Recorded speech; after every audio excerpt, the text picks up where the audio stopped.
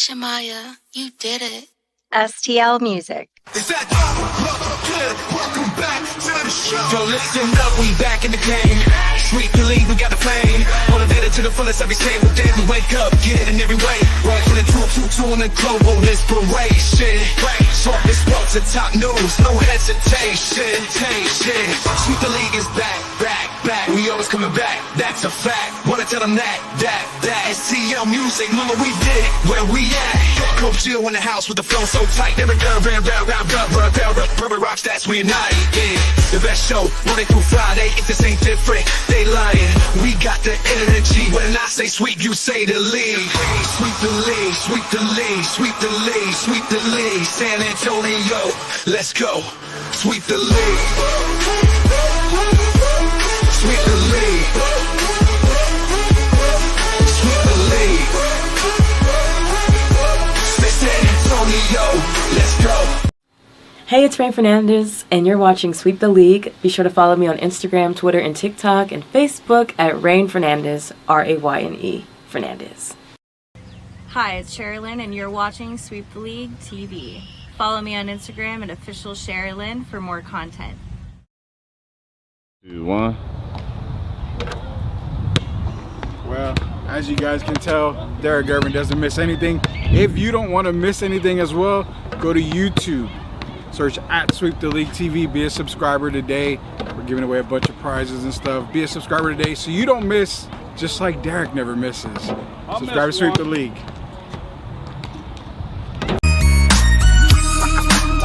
Hey, this is George Iceman Gervin, and you're listening to Sweep the League Radio.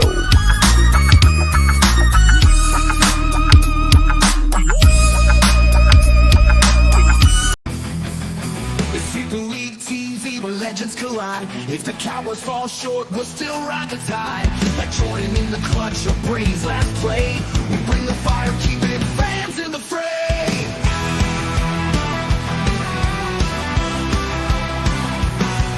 Coach Gio and Marie calling the shots, with Derek Gervin straight Hall of Fame thoughts. So hit that subscribe, don't sit on the bench. Get in the game, every highlight's intense. The live stream's on till your friends don't delay. Like Kobe in the fourth, we're here to play. Sweep the League TV, where greatness resides. From the blogs at the drives till my heart's on the rise. We're all in on sports, NBA, CFB, and more for fans. By fans, it's the show you'll adore.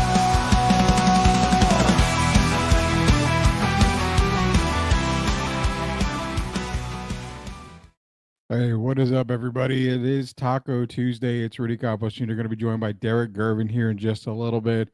Welcome back, man. We are off on Mondays most of the time. So, again, that's a one day off that we are off.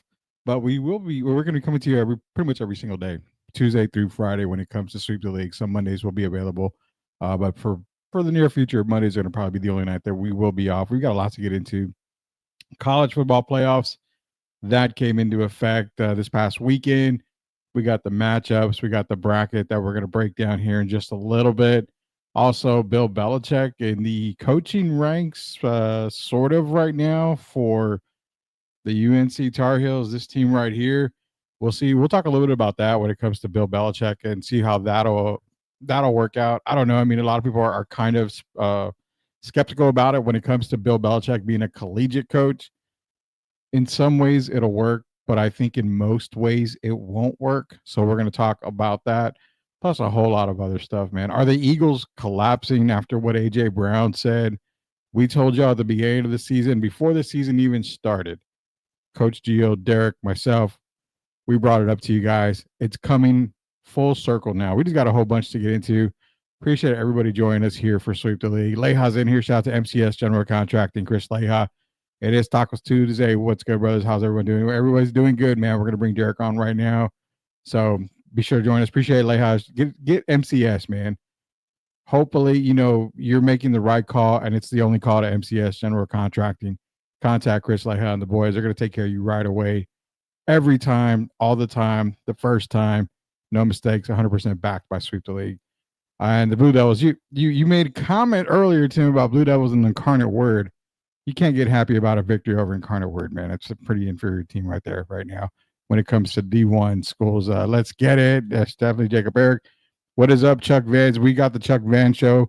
Me and Chuck did a show. We're going to do another one here. I'm going to get in contact with Chuck. We got to do another show. That Rock and Roll show was awesome. And we barely scratched surface on Rock and Roll. Shout out to Chuck Vans. Transfer portal's out of control. Malik Murphy is in the transfer portal. Yes, he is. And Chuck Vans, go Ducks. He's going for Oregon. We're going to get into some college football playoff talk right now. That's going to be the first thing we're going to get into. But before we do, we got to bring him on. The man, the myth, the Hall of Famer himself, Mr. Derek Irvin, sporting the Sweep the League shirt. What is up, Derek? How you doing there, sir? I'm good. How are you? I'm good. First, I want to say hello to everybody. Happy holidays. And then I got to quickly go into Tim. I know you love the Duke Blue Devils, and I guess you were a little nervous at halftime, 28-21 over Incarnate Word, but in the second half, your team came to play. So I want to just give a shout out to Duke, and I also want to give a shout out to UIW because that was a big game, even though they lost. To even have Duke on your schedule is nothing but a step forward. Yeah, it was, I get it. Tim had made the comment that it was going to be a blowout and everything like that, which kind of expected. But at halftime, I tweeted to, well, it's actually, I don't know what you call it on X anymore, but on X, I posted the halftime score. And I said, yeah, it's not much of a blowout right there. But of course, that was just the first half, man. Definitely just the first half on that. But well, yeah, shout out to the Blue Devils, man. I mean, it's going to be a fun season. And what's funny is that Cooper Flagg was all the talk, but guys, I've been telling you, Cooper Flagg is my third best prospect, and now people are starting to notice Dylan Harper is pretty much running away with it. The one guy that I said would be the number one pick in the upcoming NBA draft, it's Dylan Harper still by a couple of miles from me. I mean, Cooper's great, but Dylan Harper brings a whole nother dynamic that Cooper doesn't bring, and that's why I really feel that any NBA team drafting number one probably has to go with Dylan Harper, Derek. Well, no disagreement here, and it's not to slight Cooper. I don't know. I have a question. For you. Do you think Cooper? I mean, how much better can he get? I think I'm not going to say he's maxed out, but I see a guy that's going to be a very good NBA player. But as far as the superstar and the best we've seen since I don't even like going here, but I'm gonna say it because people have put it out there. The best since Larry Bird and all of that. I don't know. I see a very good player, but I don't know if I see NBA superstar or face of the league. I don't see face of the league when it comes to Cooper Flagg. I see multi-perennial all-star. I see all-NBA type of player, but face of the league, you know me, Derek. I don't throw generational talent, that word out there, that phrase. I don't throw it out there very much. I still don't put Victor Wembanyama in the generational talent just yet. I mean, I don't. I don't really use that word a whole lot. It's very few out there that I use it with, but I don't see that with Cooper. I can really agree. I think what you see from Cooper now, you're probably at 70% of what you're going to see in the NBA. You're going to see some more. He's going to bulk up. He's going to be a big time threat, but I see perennial all-star. I don't see multiple MVP player. Maybe a one-time MVP player, but I don't see the face of the face of the league or anything like that. That's just my take on the Cooper Flagg thing. Do you remember? I think we had this conversation before. Do you remember Matt Harpering? Yeah, perfect example. Yeah, I see a Matt Harpering, possibly combination Matt Harpering and hopefully a deadlift shrimp combo maybe. Yeah, and if he's that, then to me he's had a very, very successful NBA career. And the young people, the people that don't know who Matt Harpering is, they can look it up. Very athletic, very good finisher around the rim, very good on the perimeter. And then you got Deadlift Shrimp, who's a guy that can handle the ball, a really good passer. So if Cooper could be anywhere near those two, to me, he'll have a very successful career. I think with Cooper, Derek, I like the Matt Harpering, obviously former Orlando Magic, great Georgia Tech player. And Detlef, I think he's going to be better than both guys, but would you possibly put him at the Laurie Markkinen type of player? Because that's kind of that's the vibes that I get right now. Probably star, all-star, better than Laurie, but I get the vibe of a Laurie Markkinen, maybe a step further than Laurie. Different type players, and then you look at it, he's a lot bigger than Laurie. You know, so I look at it, if you look at it, Laurie has the body of a Kevin Durant. Yeah. So if you look at Cooper's, and he's going to put on a little more weight, muscle, weight. He's going to bulk up a little more when he gets to the pros. But the reason I mentioned deadlift is because Cooper is a guy that can get up and down the floor. And I believe if you needed him to be that type passer, I think he'll be capable of that as his career goes on. And I've mentioned Matt Harpring because Matt has kind of got the same body type as Cooper. But if he can be a mixture of those guys, I think he'll be better than both. But if he could be a mixture of those two guys, I mean, that's a heck of a player. Yeah, I mean, like I said, he's going to be an all-star. I see him as an all-star. You saw what he did against Team USA during the trials, when they were practicing against Team USA. He held his own, and I love what I saw from him there. But the more I looked at it, the more I saw there's better players out there in college basketball and even international, to where it made me think Cooper's not a run. He's not going to run away with the first pick. There's no way. You're seeing even Ace Bailey right now, ranking him. I'll probably go Harper, Flag, Bailey, interchange Bailey and Flag every now and then. But I mean, you got VJ Edgecombe, you've got a lot of other guys in college that are start to climb up that board. And I mean, does he drop a whole lot? I have no idea right now. I mean, you're not seeing the magnitude of what everybody expected Cooper Flag at Duke to be. So does that hurt the draft stock? I have no idea. I really don't, because there's nothing that is making me pound the table and say he's got to go number one, period. There's nothing telling me. And I don't even have the intensity of putting him at 2. And there's times where I look at it, I don't know if I have him at 3, to be honest with you. He's the popular choice. But I know as it gets closer to the draft, hey, Dylan Harper has it in his genes, man. His dad was a really good player. I wish people could really saw Ron Harper before he got injured. You're talking about a totally different player. As great as he was with the Chicago Bulls, he was an even better player when he was with the Cleveland Cavaliers. Oh, yeah. And so I think Dylan Harper, from what I've seen, is going to be one hell of a player. And we see Rutgers is already happy with the 2 guys they have. And when you look at Mr. Knuppel, is he going to take away some of Cooper's shine as the season goes on with Duke? Yeah, I is it fair to say? And again, I'm not just saying it to say it. I'm asking this as a truthful type of question. But is Knuppel more viable in the NBA than Cooper, like his game? Well, I think it translates a lot better to today's game. Well, you got guys like Dalton Connect who's playing. You got Austin Reeves. You can look at a couple of the Lakers guys. So Knuppel, to me, he's a guy. Yeah. Say that last name. Brown. Did you just mention? Brown. Yeah. Christian Brown. Yeah. So Christian, you got Brown, guys. Yeah. So, yeah. So I think, I think Knuppel is going to be a really good player. Then you got your big fella, your center, who was kind of working UIW over in the first half. The young fella, how old is he? Like 18? Yeah, he's like 18 years old. Yeah, so he was doing work on this. So you got a couple guys. Sometimes when you have that many really good players, it could take away some of your limelight. But we know Cooper is the popular choice. So we'll see what happens as the season progresses. He actually played pretty good, not just tonight. The game before, I think he had like 20 points, 12 rebounds.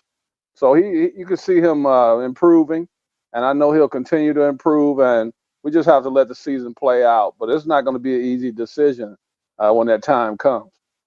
Yeah, it's not definitely gonna be easy. And you brought up Ron Harper, and I remember Ron with the Cleveland days, and you of all people, I mean, you of all people know how much I love those Cavalier teams from back in the day. I talk about them a lot because I mean, it's not their fault they ran into a 6'6" guard out of North Carolina from time to time that kind of spoiled the magic that those Cavalier teams had. I mean, you're talking Ron Harper, Price, Elo.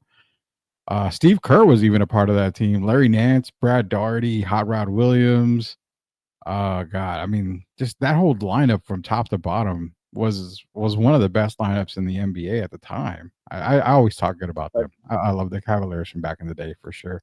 You One know, day we have to have a conversation, Rudy. Then I'm sorry to cut you off, but we got to no, have a conversation one day about all these people that Jordan has stopped from winning championships. All these great players. oh man, yeah. You know what? Maybe we can save that for the end of the show here. We can get to it because I mean, you're talking Jordan stopped Ewing. I mean, the Knicks teams from winning titles, the Cavaliers teams from winning titles. That stacked Phoenix Suns team with Barkley, that was another team that that was a title contending team there. Malone and Stockton. I mean, there's good God, man.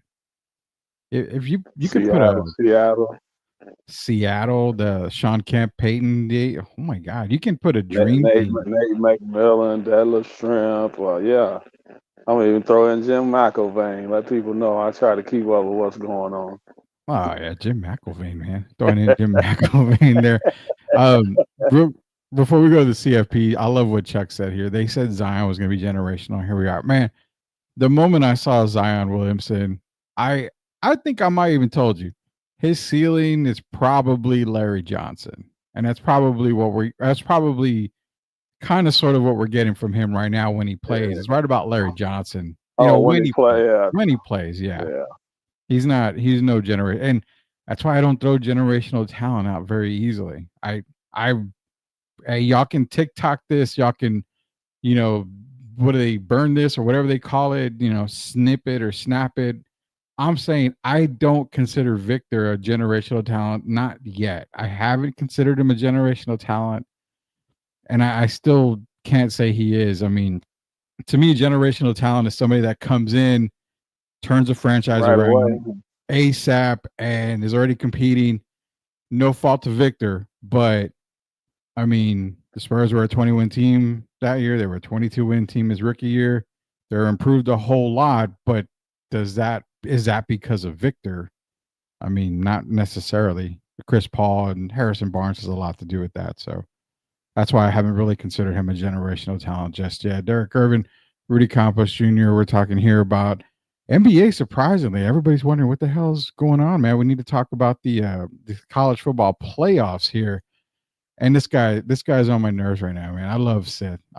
He was good. He was down in fantasy football going into last night's game. I was up like 750 to like one something or two something. I don't know. His Cowboy defense miraculously blocks a punt at the end, and then he ends up beating me at the very last moment. So shout out to Seth for beating me, but your Cowboys saved your fantasy life, but they lost the game, you know, per real life, I guess, in the real world. So, you know, nothing to say. Cowboys lost. Cowboys lost, Derek. I took the Bengals. Man, you know I'm just kidding. I know very well they lost, and how they lost. Michael Parsons pretty much had the look on his face. And if you look at that, man, I know we're gonna talk about the CFP, but I always talk about Murphy's Law, man. Talk about it, man. Whatever can happen will. There's certain teams that I've mentioned to you before. That's kind of like Penn State and Notre Dame of the Pro League. It's just certain teams that just find ways to lose. And when you got your owner questioning now if you should block a punt, I mean, I've never heard. I'm 61 years old, man.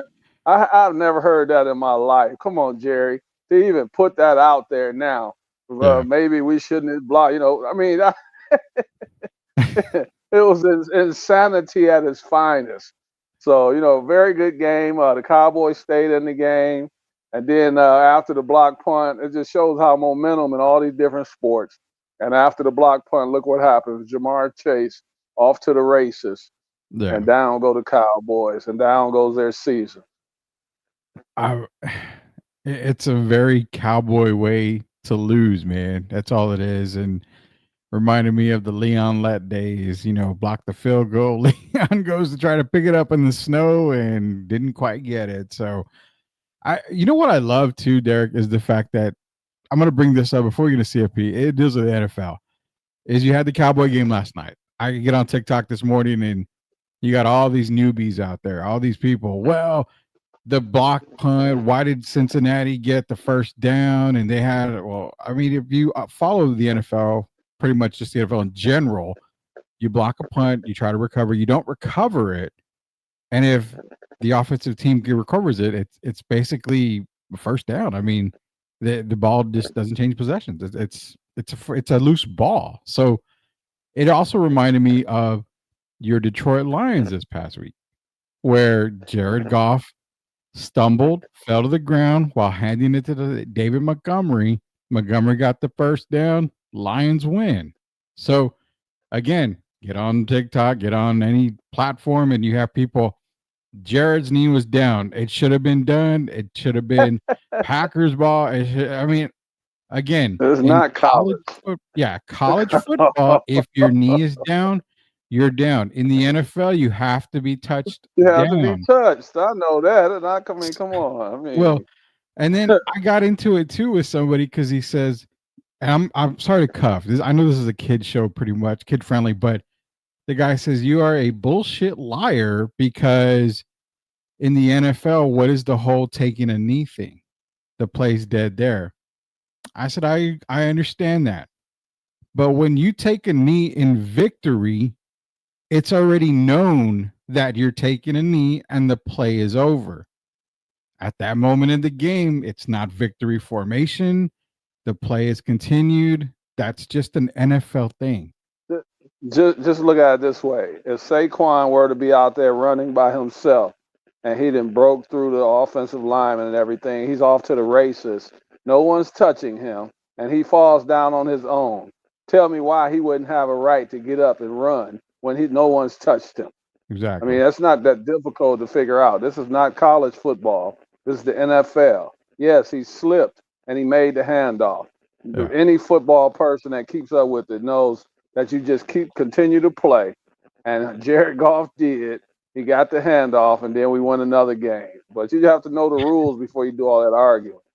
Exactly. You got to know the rules, man. It's easy. Just go online. Go to NFL.com. You can find the rule book there. Shout out to Sith, man. He says a heartbreak and that's a foul. Yeah, I'm sorry. I didn't mean to talk about the Cowboys like that. I apologize for that. Deion Sanders and Shedeur Sanders and Travis Hunter, they're coming to the Alamo Bowl. We're going to get into that as well. Chuck Vans is in here. Go Raiders, and Deion's going to be coaching next year. I will say this. I already have the Giants drafting Cam Ward and the Raiders drafting Shedeur. That's already my latest mock draft that's going to be coming out here. So pretty much I would say I'm 99% sure that's where the quarterbacks are going to go in the beginning of the draft. Shedeur. What about Shiloh? Deion told Antonio Pierce he better take both his sons. Well, Shiloh's going to have to be a third round, fourth round guy. But that's if Antonio Pierce is there. So. Yeah, that's it. Well, maybe Deion needs to look in the mirror and say, I better take Shiloh and Shedeur because I'm going to probably be the next head coach of the Raiders. Many blessings. Yeah, many blessings to you, man. Shout out to his daughter, man. Sith just had a birthday. So happy birthday to her, man. I'm hoping. Congratulations. Happy birthday. Yes, sir. Young lady, happy birthday. I wish you had a really good day. Follow sports, Sweep the League across all platforms. Best damn sports show around. Sponsored by MCS. Hell yeah. Sponsored by MCS General Contracting, man. Appreciate the shout out, Sith. And yeah, we are the best damn sports show around. I'm not gonna deny that. I always put our show up against everybody. Cowboys should have gotten Ron Rivera as coach for no reason other than we just share the last name. And I can't lie, he's a distant relative. Hey man, Ron Rivera, Riverboat Ron. Probably couldn't do any worse than what money bags Mike McCarthy's doing right now for the Cowboys. But we got to get into the talk, man. We got to get into this because I even have a one of our famous have you seen this lately type thing, but we'll get into that in a second. Let's get into the college football playoffs because it came out and it came out strong, Derek. So as we can see, first round buys, you're getting Georgia, Boise State, Oregon, Arizona State. Those are your first round buys. I will say this: people that talk sports, few of them have a problem because some of them say, well, Alabama should be in, they're a superior team. And, when is the committee going to understand that you can't just put a Boise State team in there and give them a first round bye? Makes no sense. Let me put it this way. You knew the damn rules going into the season that 5 conference champions were going to be there. So you knew that every sports guy in America who talks sports shows, radio, whatever, you knew damn well that 5 conference champions were going to be in there. So when Boise gets in, Arizona State gets in, why are you complaining now? It's not rocket science. It's nothing. It's the damn rules. So then they say, well, SMU should not have gotten in over Alabama. The biggest BS I've heard there. SMU deserves every opportunity to be into this college football playoff. Sorry, Bama's not in, but not sorry because I'm glad the time. No, don't be sorry, man. Come on. I said sorry, but not sorry. That's what I said. Sorry, not sorry. I'm not even sorry, but not sorry. Hell, they didn't earn it. And I'm tired of these teams getting in just because of their name. Alabama kind of went backwards near the end of the season, and they were penalized for it. If SMU would have went backwards, they would have been penalized, and everybody would have been quiet. I don't want a team in there just because they're a known team, and you're going by their past history. This is one of the worst teams Alabama has had in several years, and I was glad to see the committee do the right thing as far as the top 12. We'll have to get into maybe the rankings of the top 12. I don't think that was fair, but the right teams made it. Yeah, I agree. I really feel that everything was done right. Even the rankings of the 12, I personally feel that I'm okay with it. I love the way the bracket came out. If you had to change it, what would you change the bracket? I love you, man, but you know what? I don't like the fact that Oregon would be playing who in the first, and if Ohio State, Tennessee, I think Oregon got shafted. I will agree with that. When you look at it, yeah, that's not fair, man. You got the number 1 team in the country. It's like they set Oregon up for failure. Why would they be playing the winner of Tennessee and Ohio State when you got these other teams? I thought it's like Boise State got a better draw than the number 1 team in the country. I mean, come on now, we got to do better, and it just wasn't fair. They want. It looks like they want Oregon to get knocked off quickly. Put them against Tennessee or Ohio State. To me, definitely two of the top 10 teams in the country. I think it was not just. It's unjustified. And when I asked you about the ranking part, I really, as far as 1 through 12, I'm okay with that ranking. Now, the Oregon story that we're talking about, yeah, I will agree with you on that. They have a very tough schedule because they have to play the winner of Texas, Ohio State, and then they got to play either Clemson, Texas, or Arizona State. So that's a very tough bracket. Now, if you put Oregon where Georgia's at, that's a little bit easier, in my opinion. That bottom half of the bracket is a lot easier. So I do understand where you're going. Yeah, they could have got the winner of the Notre Dame, Indiana. I mean, it's like you gave Georgia a better opportunity than you gave Oregon. And I thought Oregon has been the team that's been basically number 1 all season. Yeah. And to me, they've been the best team. They undefeated. And they made it as tough as they could for them. Man, that's like the Lions, securing the home field or whatever it may be. And say if the Chiefs were on their side, and then they got to play the Chiefs early in the playoffs when that could be the Super Bowl. I mean, come on.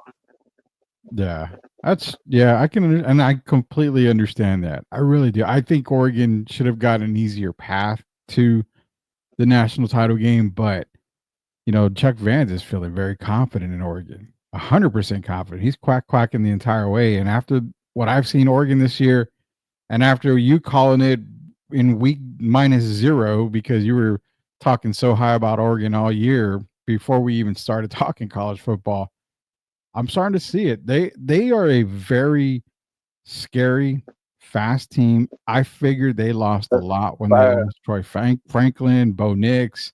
I thought, okay, it's going to take a couple of years for Oregon. They're part of the Big Ten. It's going to take a little while for Oregon to adjust. They lost Lanning. Not they didn't lose Lanning, but I mean they it's going to take a little bit of time, and no time at all. They just continued on left and right, man. Saban is smirking right now. He is. If Nick Saban's the coach of Alabama, Alabama gets in. Yeah, but Nick, and then who's that other guy? Paul Feinbaum must be on their payroll as well. He gets millions from Bama. Oh man, if I hear Paul one more time try to justify why Alabama could have made it, even though they got beat 24-3 against Oklahoma, a mediocre 500 Oklahoma team, and it's all about what have you done for me lately, right? Yeah, it really is about what you've done for me lately. So Oklahoma Alabama didn't deserve it. No, he did. And shout out to JD Wyatt, man. Southern Fried Sports, great podcast, great content. You got to check him out on YouTube. Just go to YouTube, search Southern Fried Sports, JD Wyatt. He's in here. Texas got a better draw than Oregon with 12th ranked and 16th ranked team. It's weird. I hate this system. I completely understand the frustration on that. Chuck Vance says Oregon's going to win anyway. I'm telling you, Chuck is very confident in that, man. He heard Saban was waiting in Deborah's office yesterday morning, joking. Yeah, that would have been crazy. Gamecocks had a better resume than Bama. It should have been SMU versus South Carolina for the last slot. We were talking so big about South Carolina, man. So big about South Carolina. I think South Carolina, I wouldn't have had any issues with them jumping into the college football playoffs. But nonetheless, Derek, the bracket's out. So what we're gonna do right now, we're gonna go bracket busters here. Who we got now? Obviously, we got Clemson and Texas. Now, Texas has looked terrible against Georgia. I mean, basically, Texas has been outcoached. I'm not gonna lie, they've been outcoached by Kirby Smart. Now, you and I were texting Sarkis. Is Sark the new Ryan Day? Can he win the big game? Well, so far he ain't won the big game yet, and it's kind of concerning going up against Clemson with Dabo. And I mean, Clemson hasn't been looking great all year, but it is college football playoff time, and you can always get that turn of the key, and Clemson can start revving up the engine. How do you feel about this Clemson-Texas game? Because you and I both picked Texas to win the national title, and I'm kind of scared right now going in. I would probably still take Texas because it's in Austin. Texas. Yeah. If you were to ask me after the first half, if you called me after the first half against SMU and asked me, I would have clearly said Clemson. But they kind of let their foot off the gas pedal. I won't even say they let their foot off. I think that SMU came out and played fantastic in the second half. So I saw some holes in Clemson's game, and they're not the Clemson that we've been used to the last several years. I'm gonna take the Longhorns and win that game, especially because they're playing at home. Yeah, I think I'm gonna give Austin, Texas, the benefit of the doubt here. I think Texas will win against Clemson, being because now if it's on a neutral field, I probably would take Clemson on a neutral field. Yeah, yeah, I definitely like Texas on that matchup there. Tennessee, Ohio State, very interesting. Very, very interesting. I know JD's in here, Ohio, Tennessee, good matchup. So I'll talk about the Notre Dame matchup. But Tennessee, Ohio State, this is a game I can't figure this game. This is going to take me a while to get this game. I know it's on December 21st. I have a little bit of time to study it. But if I'm picking right now, and I'll be honest, we're going to do this whole pick 'em thing again later before the game start, because this could change a whole lot for us. But we're kind of just doing a rough draft here. If I'm picking right now, which we are right now, I'm gonna go Ohio State on this one. I think Tennessee puts up a lot of points, but I think Ohio State gets this victory in a close fought match right there. I don't know. Is Ohio State's defensive line going to step up? That's going to be the question. If I had to pick right now, I would pick Tennessee right now. I just think they're. I think in the second half of the season they played a little more consistent than Ohio State. Ohio State's been lucky to get by several games, kind of like if you look at it, caught up to Miami, didn't it? Yeah, it did. And it kind of caught up to Texas against Georgia. So right now, I'm gonna say Tennessee. This break, I think, helps Ohio State more than it helps Tennessee. But if I was picking today, I would take the Vols. I love this comment right here by JD because this is exactly how I feel. I'm giving him the applause.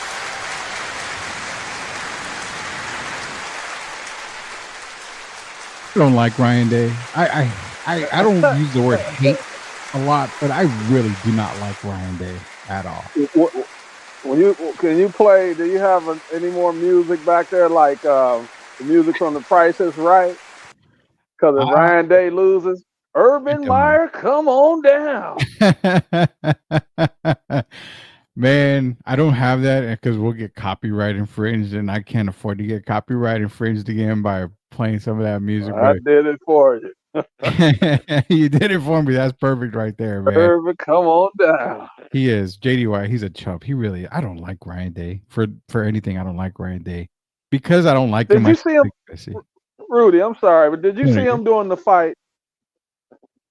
Did you see him doing the fight? Yeah, I did. I saw him during the fight. What was he doing, man? Absolutely nothing. I mean, I don't know if the guy was shell shocked. I don't know, but I don't think he handled that situation like a coach. And I'm sure they're calling for his head right now in Ohio State. So if they were to lose that game, I would not be surprised at all. And I'm telling you, if they were going in playing this weekend, I would have Tennessee as the victor. Yeah, I love it, man. He says he'll pay our fine if we play the Price is Right theme song and come on down. I'm gonna have to start downloading it then. I know, until we make some money on YouTube, which hopefully is here pretty soon. That's why he's a chump. That's why he says it, man. Ryan Day. I don't like him. And you're right. I think if Tennessee wins, he gets fired. He has to get fired. There's no Jerry Jones in Ohio State.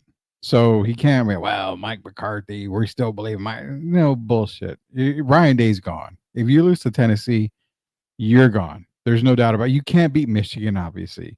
You can't beat Tennessee in the first round. You're at home at the Horseshoe. You're gone. No doubt about that. Moving on. SMU and Penn State. Cool game. I love this game. You were trying to tell me for the longest time, Penn State's for real. Penn State's good. Penn State's this. I'm the one that's always telling you, Derek, I'm waiting for that Penn State collapse. It's going to happen. It's got to happen. Still haven't seen it. I'm still waiting for it to happen. Does it happen against SMU? SMU can put points. Now, I think I want to say that right now the SMU Cinderella story probably stops here at Penn State. But I think I would take Penn State over SMU right now. I really would. Just for right now, I would take Penn State. Wow. Yeah, I think I'm gonna have to take Penn State. I think, I like what JD is writing right there. I like Penn State. I actually like them better than Notre Dame this year. And I think, like I told you, when I watched them play against USC, they kind of made me a believer. And I think SMU's bubble burst in this game. And right now, I would definitely take Penn State. And when we start talking later on in a few weeks, I'm sure I'm going to still be taking Penn State. Yeah, I love SMU. I love the SMU story this year. But would you have taken SMU over Ohio State if they were ranked there? Oh, man. I probably would have. I'm not as high on Ohio State. If you remember early in the year, I wasn't that high on them, and I wasn't high on Gio's team, Georgia. I still don't think Georgia's that good. I don't think Ohio State is that good. So, yeah, I probably would have taken them over Ohio State. SMU look very impressive. And, Rudy, anytime you take them, and Bama's the odd man out, I know the first team out, that means that they impressed some people. And I Yeah. was impressed. I thought SMU played a very good game. They got off to a slow start at the beginning. I believe it was like 21-7 or something. But they came on and they played really well. And I think SMU's for real, but I think Penn State with that home field advantage once again, I think it's going to be a little over SMU's head. Yeah, I think so. I mean, Penn State right now, as we speak, I'm taking them over SMU. I think it's a little too much. I think the Cinderella story ends right there with SMU and Penn State. Penn State getting the victory. I'm pointing because it better because you see what Tim just said, Yeah, and I Franklin's agree in with the hot Tim. seat. That's another coach. If Yeah, he no. loses that game, James Franklin is gone. Yeah, I do not disagree with that. I'm actually kind of surprised that James Franklin's made it this long at Penn State. Yeah, I so really am I. huge surprise. JD, SMU had to make the playoffs because they're getting $0 from the AC and almost won. Exactly. SMU's been great all season. I definitely put them above Bama. There's no doubt about that. I would put them above Bama every day of the week. I love the story. And yeah, I mean, you got 3 teams in the college football playoffs. 2 of them are conference champions. SMU not being one of the conference champions. All 3 are deserving to be there. There's no doubt about that. Indiana, Notre Dame. This is my game right here because, not because of the whole false story of Rudy Rudigard at Notre Dame, but because the team that we all overlooked, except one of our boys, Coach Gio, is bragging about Indiana all year, made us all go buy Hoosier sweaters and wear them throughout the entire season because now I still don't think that this Indiana team is going to go down without a major fight. I still have Indiana beating Notre Dame, and I don't know if I'll change. I'll change that. I think Cignetti got to Ohio State, completely understand. And like I told you before, Derek, when you're a championship contender and you're a boxer, you're going to get hit. You're going to get knocked down a couple of times. Ohio State knocked them out, knocked them down. You know what? They got up, but they got knocked down 3 times. That was over. It was done. TKO. What that did made them a little bit stronger. Why? Because everybody kind of felt, well, they're going to come against Purdue and they're going to – no, they blew the socks off of Purdue the very next week, and you could see the pissed off look in their face. That's going into the CFP. I have Alabama. I have Indiana just beating Notre Dame. I don't even going to change that one. 66 points. Wow. Let me see. Can they duplicate? They won't duplicate it, 66. But the way to beat Notre Dame is to get out early. You got like boxing. I have to use the term in boxing. You got certain guys. If they don't get out and win the first 3 or 4 rounds, they're going to lose the fight. And I think Notre Dame is one of those type teams. And I think Indiana has the offense to give them trouble. And, of course, there are going to be a lot of fans on both sides because you got this is a state of Indiana rivalry. If they were to play this weekend, I would be picking Indiana. I think their coach has made them believe. And I think Notre Dame is one of those teams that I talk about every year, up and down. And I think that'll be one of their down weeks. So going right now, I would pick Indiana to win that game. Yeah, I'm taking Indiana. Like I said, I don't know if I would change that at all. The most undeserving playoff match of all time, Indiana Notre Dame. I kind of like I said, I just think that Indiana is going to come out strong against Notre Dame. Moving to that second round, man. Texas against Arizona State. I'm not gonna lie to you. Arizona State, they're just looking. They're looking really good. I don't even know really good. And I'm kind of I'm undervaluing them when I say they're looking damn good. They are just looking very, very, very, very, very unbeatable right now. I mean, I cannot wrap my head if they can beat Texas because a big part of me says that they can beat Texas. Scatterboo is the running back who I say is going to be a Dallas Cowboy. I have him being drafted by Dallas, maybe in the 3rd round by the Cowboys. So that Cowboy fans, Scottaboo is going to be your next running back. I'm calling it now. He should have been. He should have been part of the Heisman talk. He should have been part of the Heisman talk. But I like. God, Derek. I'm gonna take Texas, but again, I have my opportunity to change it later. But I'm taking Texas right now, just because I have to stick to my guns and say, well, I'm taking the Longhorns. Man,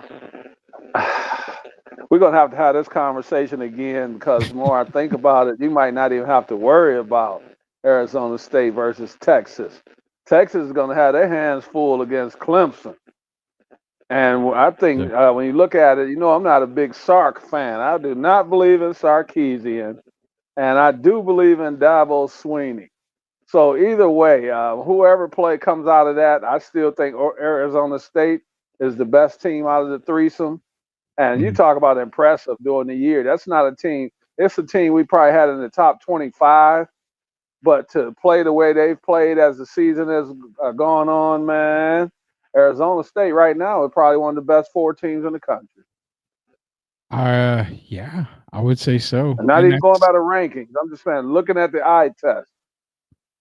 Yeah, I would say so. I really would. And that's the reason why I said I don't know if I can comfortably take Texas. I really don't. A good thing is that we don't have disappointing, Rudy. The last month of the season, Texas is even in their wins. And then, if you remember, I told you the first time I had problems, when I got a little nervous, is when Sarkisian went to Arch Manning in the first Georgia game. Yeah. And then before the game was over, he went back to yours. Yeah. To me, that kind of tears the locker room up somewhat, and I don't think they've recovered from that.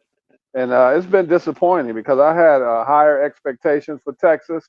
I thought they would be right now. I thought a few weeks ago that Texas and Oregon were the 2 best teams in the country. But if I'm looking at it right now, hell, I might say that Oregon and Arizona State are the 2 best teams in the country. Yeah, I'm not gonna fight you on that. I'm really not gonna fight you on that. Man, you know what? Like I said, the thing is we're gonna revisit this one later on because if it is Texas, Arizona State, I might flip a coin and just let the coin Rudy, decide. they don't dominate the line of scrimmage like we're used to with the Longhorns on both sides of the ball. Yeah, they don't. And when you don't do that, yeah, and they're not like a team that's going to put up 100 points like Indiana did against Purdue.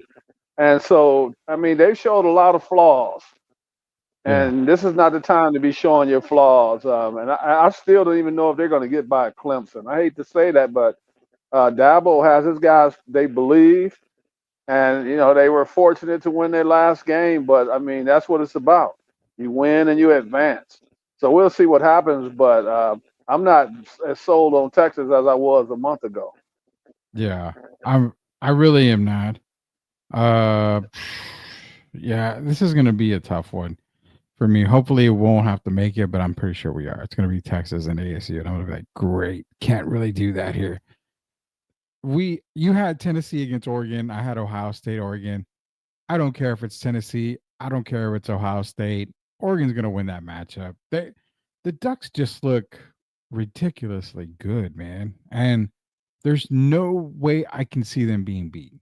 I'm taking Oregon, regardless of who it is. You're not going to get any argument from me. You already know. I think Dan Lanning is one hell of a coach.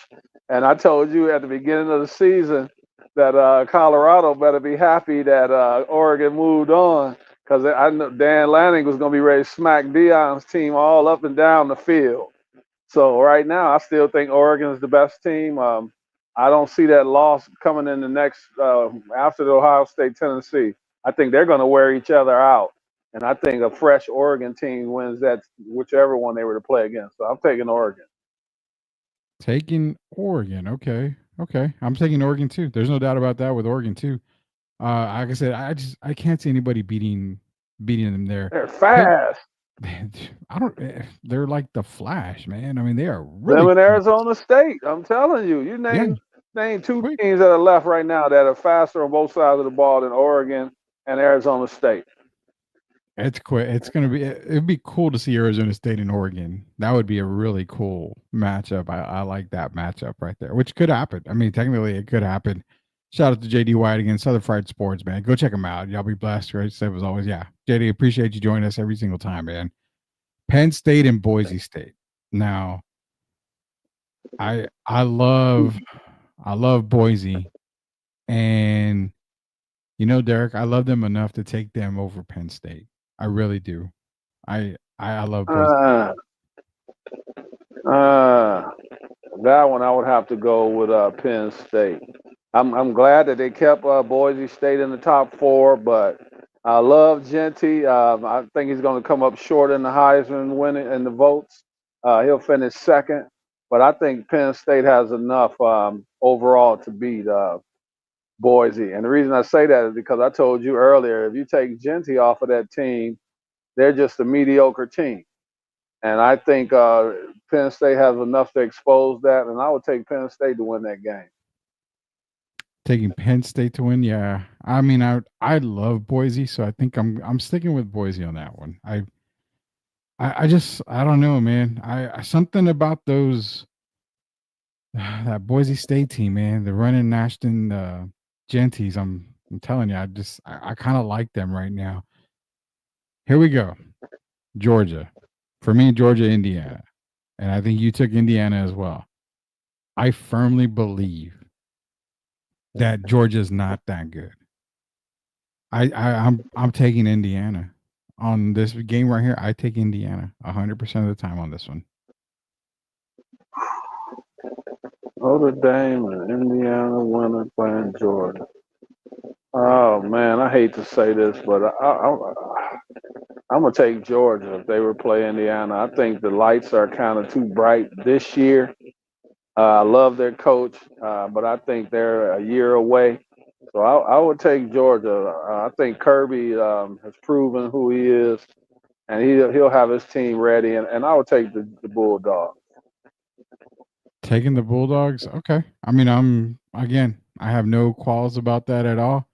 I just like Indiana. I love Indiana this year. I don't know.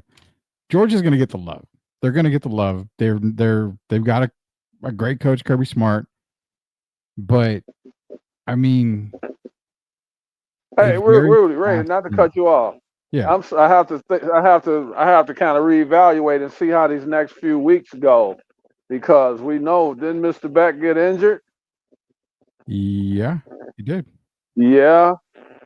And so I thought the backup quarterback came in and played quite well, but I think they need a Carson Beck at his best. So I have to kind of reevaluate and see how it goes the next few weeks. It didn't look good for him, and I don't even know if he'll be able to come back and play. So if he weren't able to play, I might have to take Indiana when you don't have what you used to all season, and he's been the guy that's been behind center. I think that would hurt them. At what time does it usually hurt you? Come playoff time. So we have to see what happens as far as his health. But if he's not healthy, then I'm definitely taking Indiana. Yeah, I don't know if Beck's going to be healthy when it comes to Palestine. He should be. I mean, it didn't look good. I don't know. It didn't. That kind of injury, it didn't look good. And I mean, that's going to take a while. That's a big question. It didn't look good though when he had to lead the game. No, it didn't look good at all, and that's why I would say I'm kind of questionable about Georgia, until we get the finals out there. Nonetheless, man, got the Final Four. Rudy, you need him at 100%, because when he's 60%, he's not that great. First of all, no, you definitely got to have him at 100%. He's almost Kirk Cousins like. Not that bad. I won't go that far. 0 touchdowns and 8 interceptions. Why you got to bring up Kirk Cousins in his Falcon days, man? Come on. Because I like Kirk. Kirk went to Michigan State, and I was born and raised in Michigan. But I can't remember the last time I've heard a quarterback in the last 4 weeks have 0 touchdowns and 8 interceptions. I think that's a first for me. Wow. It sucks he's doing it in a Falcons uniform because it's not looking very, very good. And I already texted you and everybody. It's Penix time. I need me some Michael Penix time. There's, but you're paying Kurt so much damn money. It's like you really can't. But Rudy, how do your own family? I mean, it's hard for them to even support that. You're talking on the pro level, and Kurt's making all that money, 0 touchdowns and 8 interceptions. Yes, it's time for a change. It's time for a massive change, man. Massive change. Oh God. I was hoping you wouldn't bring up Kirk tonight, but we'll talk about Kirk. Not right now. Not right now. We're gonna get on to this other stuff here. Last things first. First thing last. So you basically got, possibly Georgia, Indiana, Boise. I have Boise. Then you had Penn State going. We both have Oregon. The Final Four. Just to move it on quickly until we get our picks in, we get the brackets in going and everything. Is it safe to say out of those Final Four that Oregon's probably going to be your national champion? Because for me, from what I've seen, barring injury, I would say the Oregon Ducks are probably going to be your national championships. Would they meet? Would it be possible for them to meet Arizona State in the finals or the semifinals? Semis. It would be Arizona State and Oregon in the semis if they meet. So that the winner of that is my champion for the 2024 season. That's a tough one, but to me, those are the two best teams right now. A lot of people might disagree, and that's fair, but Oregon or Arizona State for me. I would say so. Personally, I think it's going to be Oregon. Wouldn't shock me if Arizona State got through Oregon. And as a matter of fact, I'm going to go ahead and say 100% I agree with you. I think it's going to be either Oregon or Arizona State, whichever team comes out of that side of the bracket. And to be honest, Eric, it's whatever team comes out of that side of the bracket. That's probably the strongest part of the bracket is that top part. So I will say that whoever comes out of the bracket from that part is your national title winner. I would put a little bit of money on that. Say a gambling man, that would probably be the national champion will come out of that side of the bracket.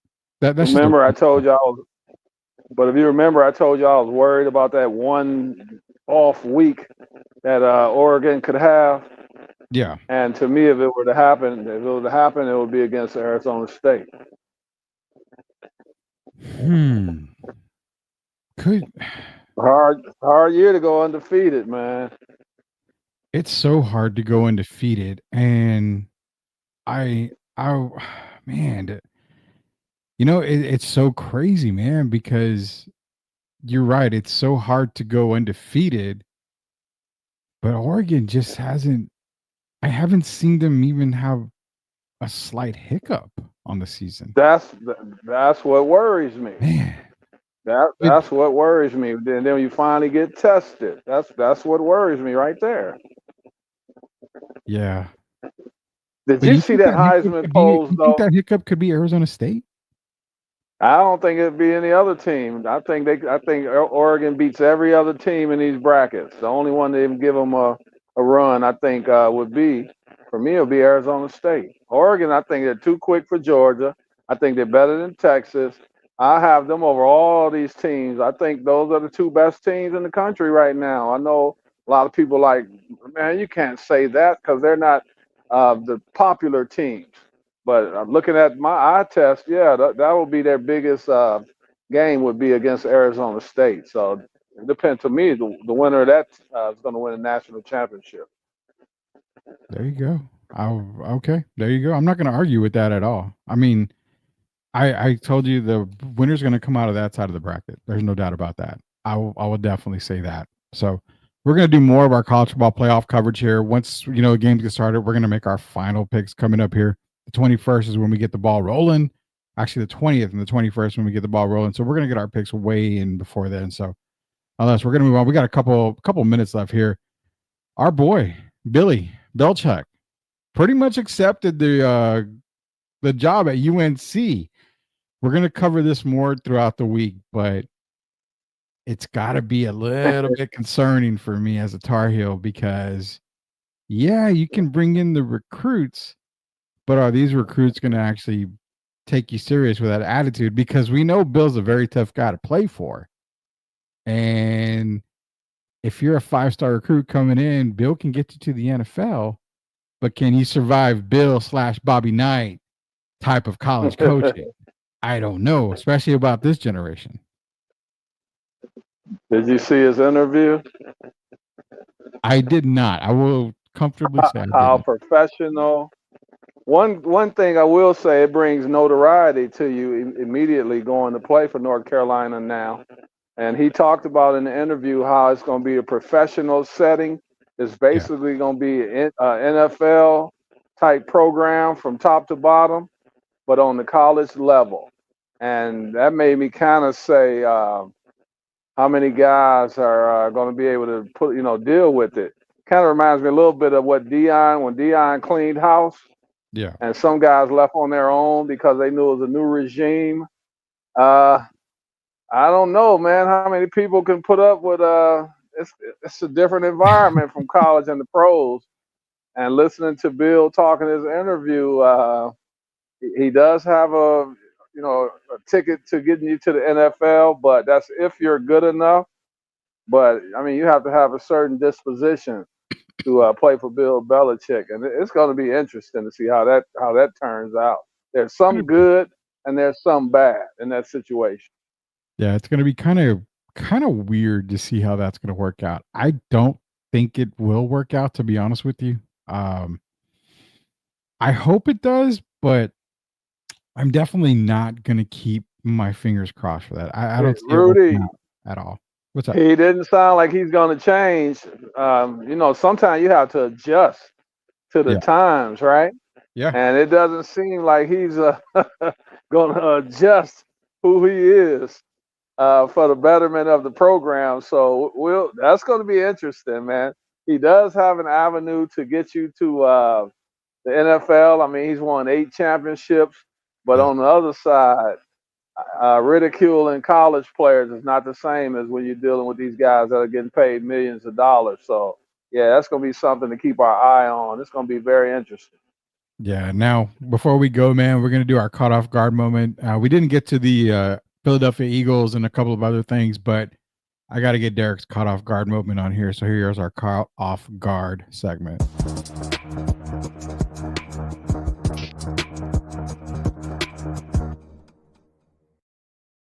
That's crazy. We don't take commercial breaks right now. This shows you how good of a show this is. Shout out to our sponsors, MCS General Contracting. We'll get your commercial in here just a little bit, but shout out to them, Chris Leigh and the boys. They do a fantastic job. Be sure to contact them. MCS General Contracting, proud sponsors of Sweep the League. Derek, they brought up a what if NFL standings if the games in one possession games if the NFL had the opposite results. You and I talk about this a lot because in the AFC, look where those Kansas City Chiefs fall.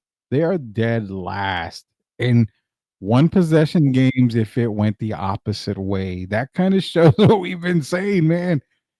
They've been playing with fire the entire time, the entire season. They are the best, 12 and whatever record they are right now team in the NFL, but they're the lowest when it comes to that. This is crazy. I brought up, and that's why I wanted to get your caught off guard moment. How do you feel about this right here? I mean, look at the Jets there, and then the Jaguars. I mean, holy cow! Well, one of the smallest big words is if, and looking at this is funny, man, but it makes sense because a lot of these teams have been on the other side of some losses that could have changed their year. And then I'm looking at Cincinnati, 10-2. This is kind of accurate, man. If you look at what could happen. Yeah. I don't like usually doing hypotheticals, but I mean the Chiefs have been fortunate. I won't bring in the officials, but this is kind of weird. I've never even seen anything like this. What you put up here today, the what if NFL standings, but it'd be hard for me to argue because Denver. Could have had an 11-2 record or 10-3. Man, I like this. We got to do this more often. very interesting. Buffalo, but this is kind of accurate if you look at it really. And the Chiefs could be take away Patrick Mahomes and his last minute heroics. They could be a team that's 2-10 and 3-9. So I like what I'm seeing, man. This is something we have to start making a regular thing. I like that. Yeah, I was scrolling and it came up and I thought, Even my Lions, because if we don't make some of those first downs on fourth down, yeah, we've been fortunate somewhat with Dan Campbell, some of his decisions, and we know some of his decisions cost us last year. We dropped a couple passes as well, but yeah, we look at it. The Lions have been fortunate, so yeah, I like the what if NFL standings, man. Hell, I like that. That's big time. Well, the one guarantee is that the Cowboys suck either in reality or fantasy. They suck either way. 4-8. Well, you got. I mean, when you got your leaders aren't really leaders, and then we know the Cowboys have been banged up all year. But when you got guys like Micah Parsons, CeeDee Lamb, something has to change in Dallas. I don't know if I still say they should retain Mike McCarthy, to be honest with you, but if they don't, then go out and get Mike Vrabel. But you got to start getting some guys that act a little more mature than they've been acting. Kind of like that team you brought up before we pulled this up, the Philadelphia Eagles. Oh, the Eagles? Yeah. That's crazy because, if you remember, when we did our NFL preview, we all said there's going to be a time in the season where Philadelphia is going to have some issues. Because there's too many divas in that locker room. Jalen Hurts, Brown, Devontae Smith. You're adding Saquon Barkley, who's technically not a diva-like player, but there's only one ball, and it can only get passed around to so many players. So you started to see that. A.J. Brown came out and said, basically talking about Jalen Hurts, the passing game. And here it is. We said at some point throughout the season, it's going to come out. And this diva personality is going to come out. You're starting to see it in the Philadelphia locker room. That spells doomsday for teams. Rudy, I liked his point, but I don't like the way he did it. Not right now. That's something you could have handled in-house. You won the game. They won 9 in a row.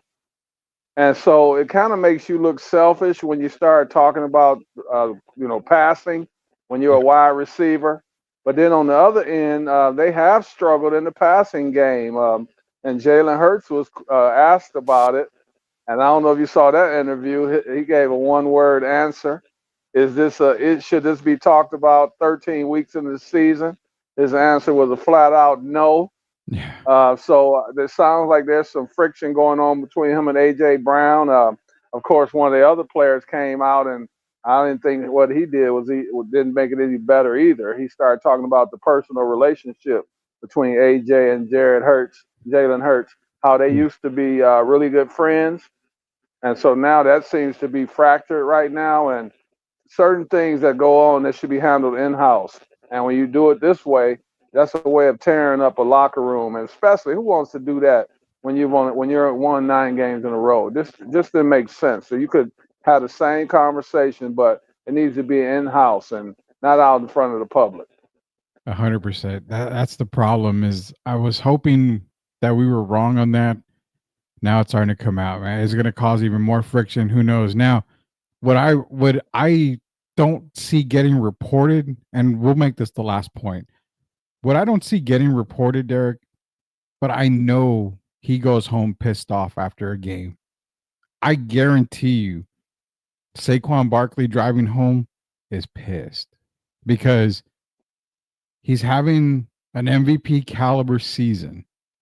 But you know what? He would already be catapulted in the MVP category with Josh Allen, probably even higher than Josh Allen, if he didn't have to give up all those 1-yard touchdown runs to Jalen Hurts.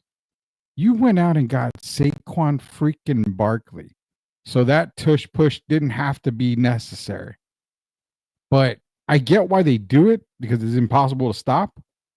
But again, if you're Saquon and you're thinking, man, these touchdowns, these 3, 4, 5 touchdowns that I could add to my resume, what the hell's going on? You gotta feel like he's kind of seething underneath it. And if they were losing on the season, I'm pretty damn sure he would be speaking up.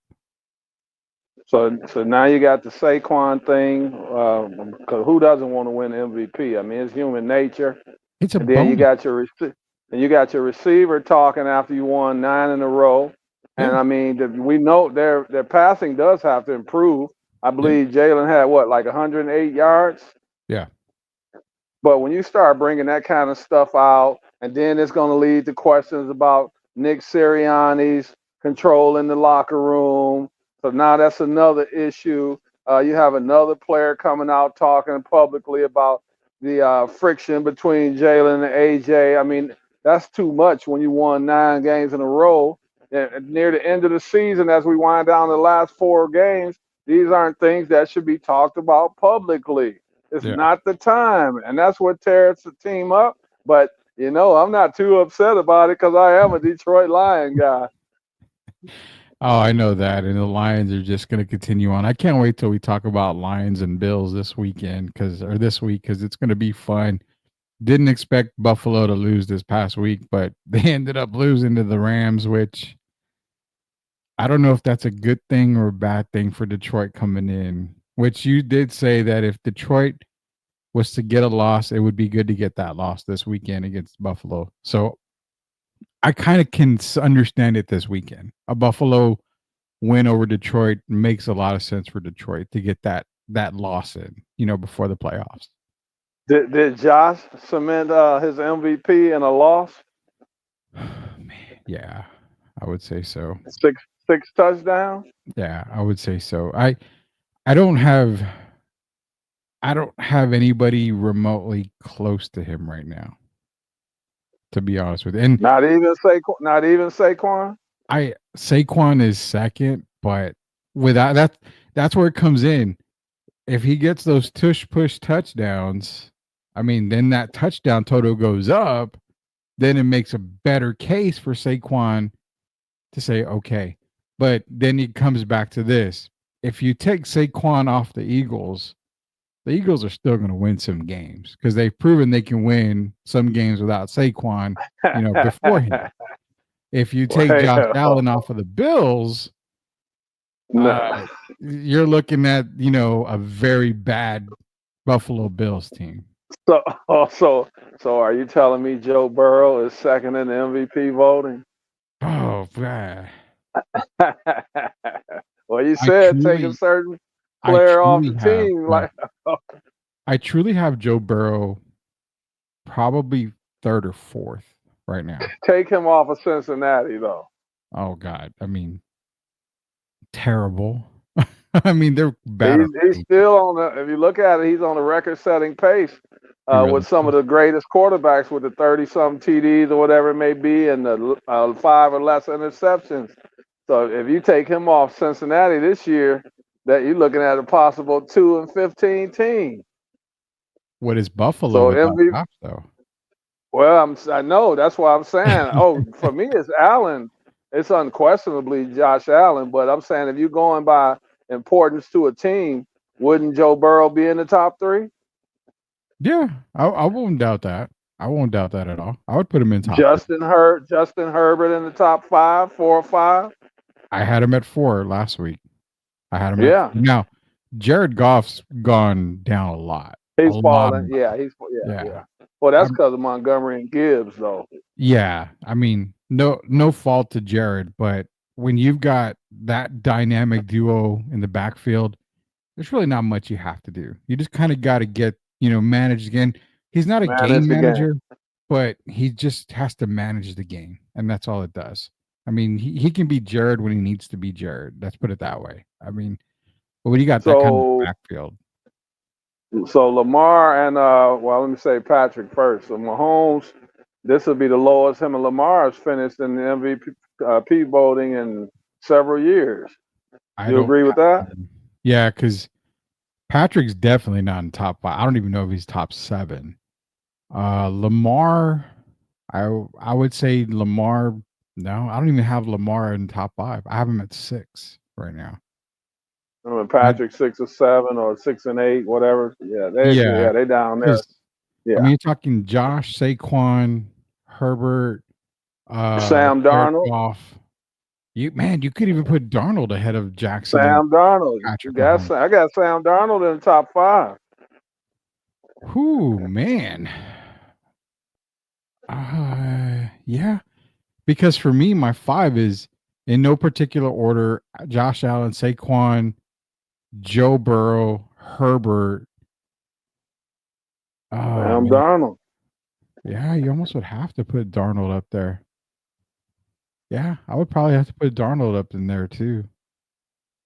I mean, yeah, because there's really nobody else in there that you could probably put. I mean, yeah, I would probably put Lamar 6 and then Mahomes probably 7. And that's Mahomes is just based off of record. That's it. I mean, And Rudy, can we cover this the next show?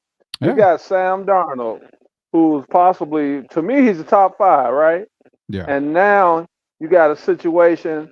Do you pay Does him? he even get re-signed? Does he even get re-signed with the Vikings? He's going to get paid, but Yeah. is it going to be by the Vikings, a team that invested in J.J. McCarthy? So I do want to talk about that because I've got an interesting idea that I've worked on over the weekend. And I'll just say this. If Sam Darnold goes into the playoffs and takes them at least to a playoff victory, I did say that you probably need to shop JJ McCarthy because Ooh. Sam is only 27, I think, or 26. So he's just hitting his prime. Do you really bench a guy and let him go, not knowing what you truly have in JJ McCarthy? Well, either way, so the odd man out is going to be Daniel Jones. Daniel Jones. Yeah, he's definitely odd man out. He's been out for a while.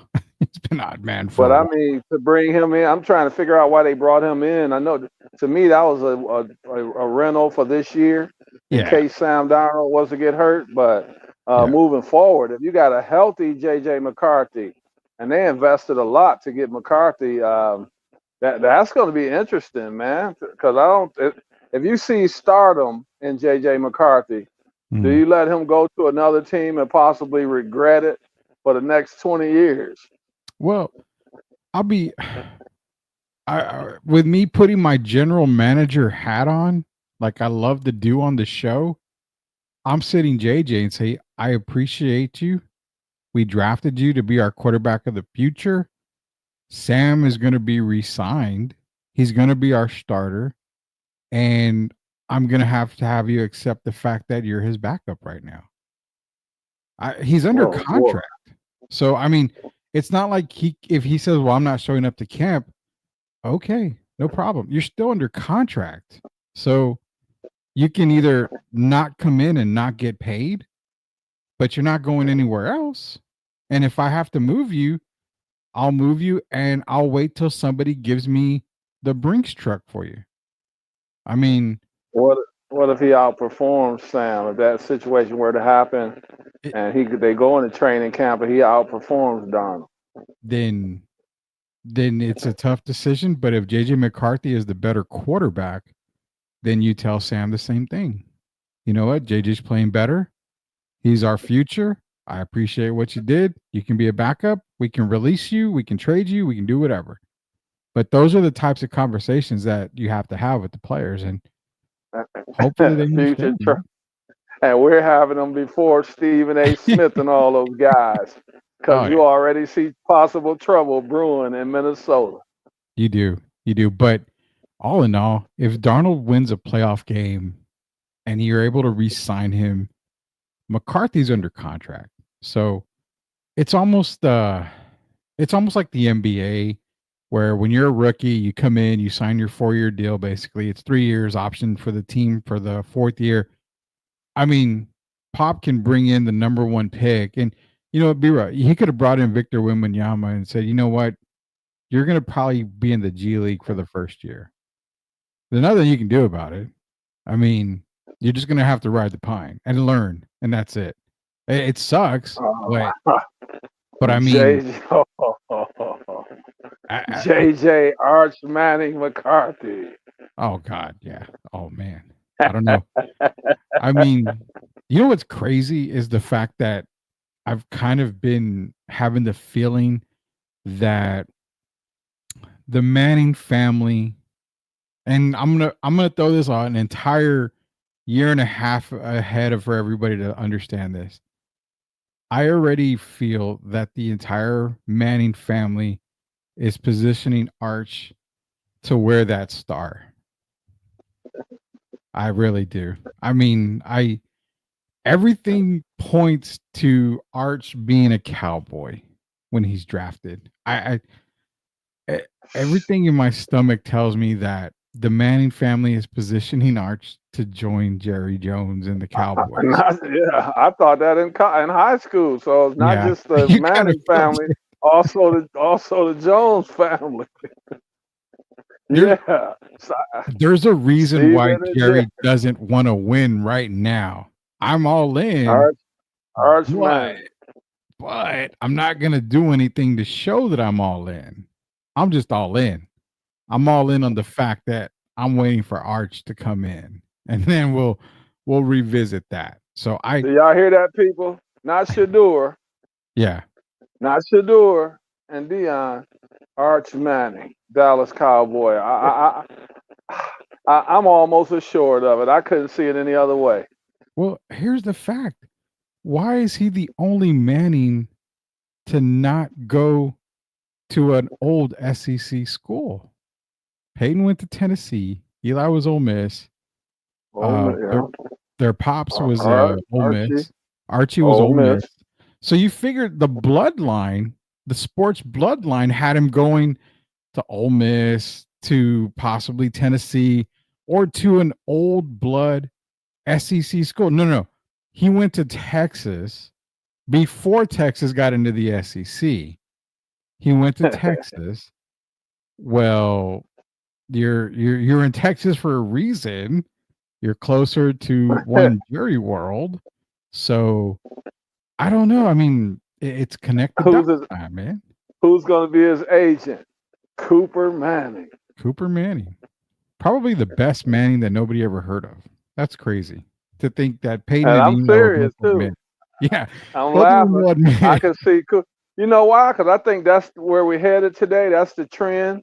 If you look at Lamar Jackson and his mom. Yeah. Cooper Arch Manning and his dad. And I just think that's where we're headed today.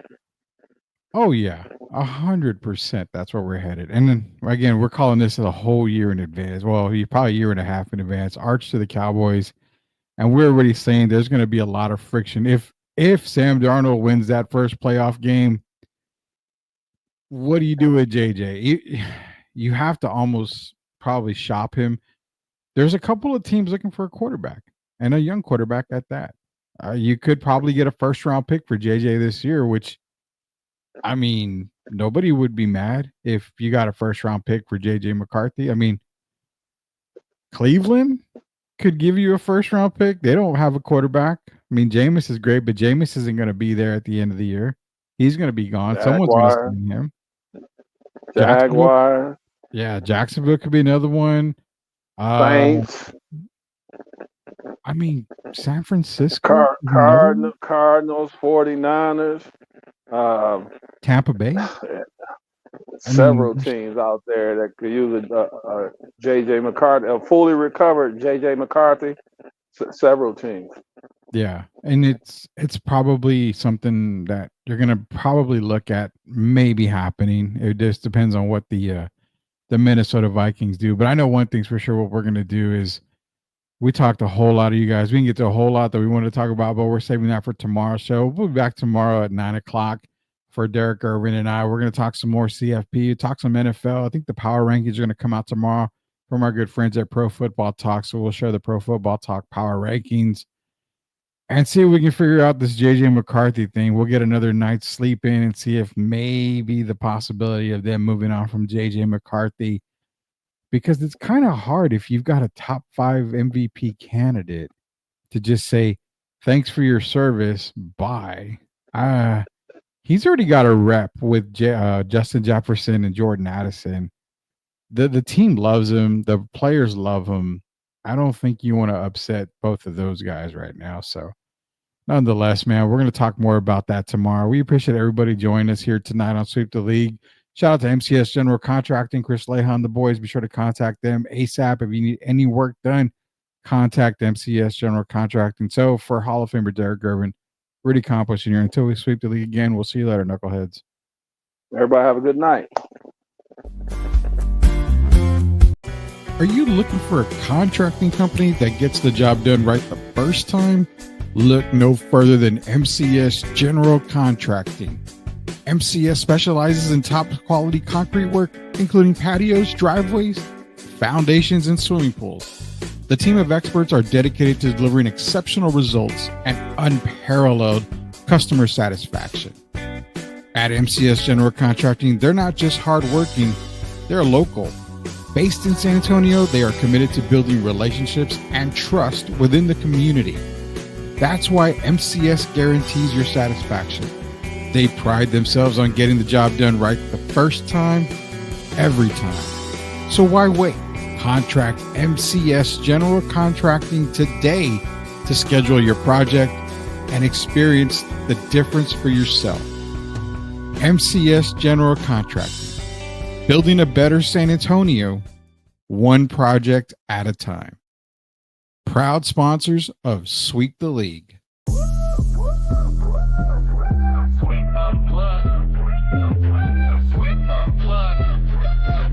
Exclusive interviews with Rudy and the crew. Let's go. We build a legacy. Yeah, they know the name. STL Music, it's a movement, not just a claim. Loyalty, respect, that's the code we honor. In the face of adversity, we stand stronger. We build a legacy. Yeah, they know the name. STL Music, it's a movement, not just a claim. Loyalty, respect, that's the code we honor. In the face of adversity, we stand stronger.